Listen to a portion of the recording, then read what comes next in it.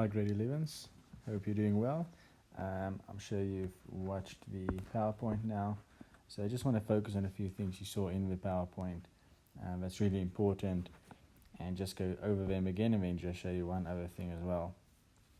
So one of the things they showed in the PowerPoint was scarp retreat. Okay, so what is scarp retreat? If you look at a hill, okay, you should see something like this.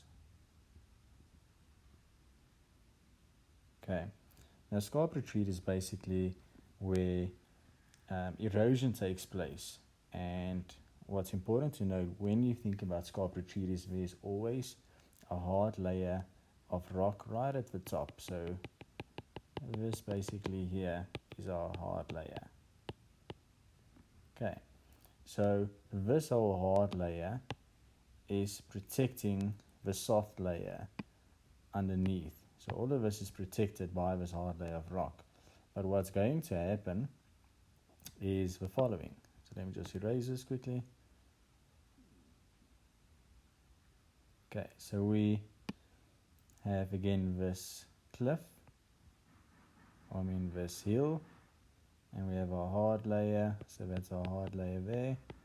Okay, and now erosion is going to take place, and it's going to start eroding this hard layer, so right there, and then the rest will erode as well, the softer layer of rock, and then it will go to this side, or this area, erode that, and then here, okay, and then basically this happens.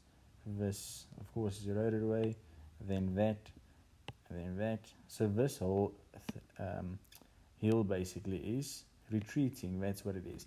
But what's important to note is that this hill never got lower, it only got smaller in terms of this. So if you get scarp retreat basically there, and on this side here as well, okay, this will happen. Okay, I'm going to take that away. Basically imagine this is erosion taking place. Okay, so now it's there. Okay, now this side, same thing. Okay, now it's there. So it got smaller definitely, but not lower. So that's really important to just take note of for scarp retreat. Okay, so you have your hard layer of rock that is protecting the soft layer underneath, but at no point does this really get lower, just smaller. Okay, then the next thing I wanted to take note of is the types of slopes we get. We get three main slopes. Now this can be identified by the contour lines. So we have contour lines that are basically like this. Okay, they are more or less evenly spaced, and we call this a regular slope. Okay, nice. Now the next one is one where the contour lines are far apart, and then we get closer together, closer and closer and closer. Okay, this one we call convex.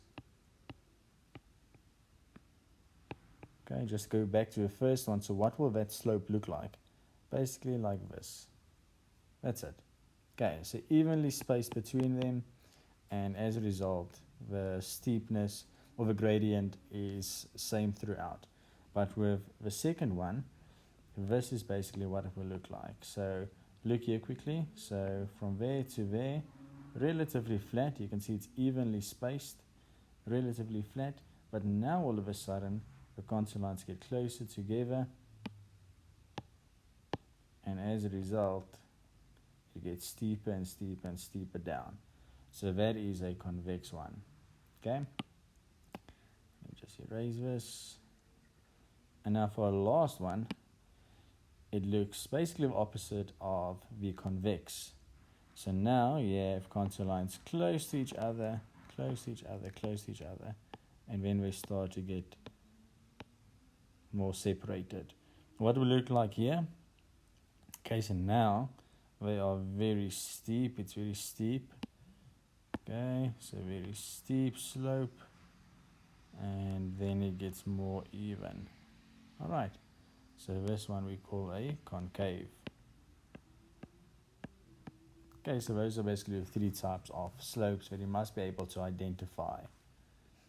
Now, the last thing I want to mention for today is something you also saw on the PowerPoint, just basically your slope elements. So what you get is usually a slope looks like this.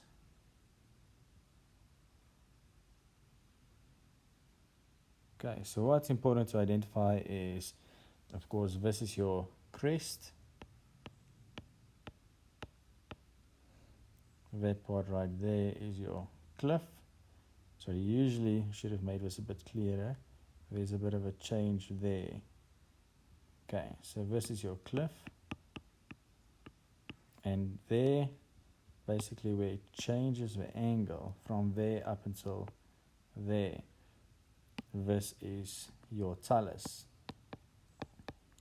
And this is also called scree. And what's important to note of this area is this is where all the debris collect. So debris is basically any type of rocks or soil, whatever, that falls down from this area here. Okay, will all collect from there to there in this talus area.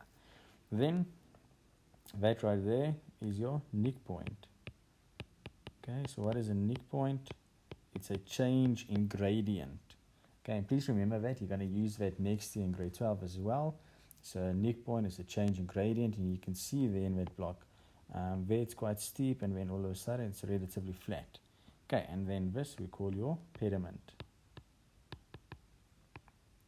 Okay, and this right here is quite important. They like to ask this question. They give you an area like this, a slope, and they ask you to identify all the elements. Okay, so please know this, and yeah, that's all for today. Thank you guys.